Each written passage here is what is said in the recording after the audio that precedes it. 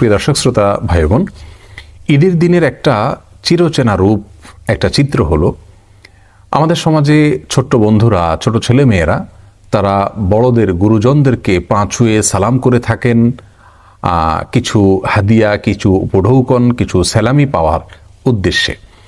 তো এই পা ছুঁয়ে সালাম করে সালামি কালেকশন করা এটা জায়েজ আছে কিনা, অথবা অনেক মুরব্বীকে দেখা যায়, অনেক বড়দেরকে দেখা যায় তারা ছোটদেরকে পা ছুঁয়ে সালাম দিতে বাধ্য করেন, তারপরে তাদেরকে সালামি দেন, তা না হলে সালামি দেন না। তো এই কাজটা কতটা সঠিক আমরা সেই বিষয়ে কথা বলবো। পা ছুঁয়ে সালাম করার মতো কোনো ধারণা ইসলাম আমাদেরকে দেয়নি, যার কারণে পা ছুঁয়ে যে কাজটা করি এটাকে আসলে সালাম বলাটাই সঠিক নয়, এটা কোনো সালামই নয়।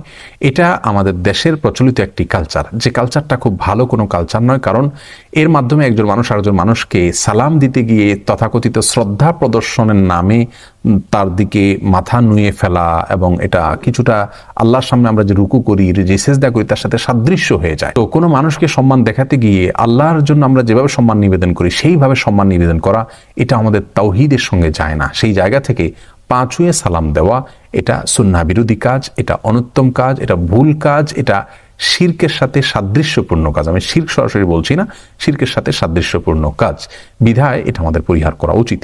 ঈদের সালামি পাওয়ার জন্য, ঈদের জন্য কিছু হাদিয়া উপঢৌকন কালেকশন করার জন্য বাচ্চারা বড়দেরকে সালাম পেশ করলে তারা সালামের জবাব দিবেন, জবাব দিয়ে তাদেরকে কিছু উপঢৌকন দিবেন, এটা আমাদের দেশের একটা কালচার, একটা সংস্কৃতি, কোনদের সাথে কোনো সংঘর্ষের নাই।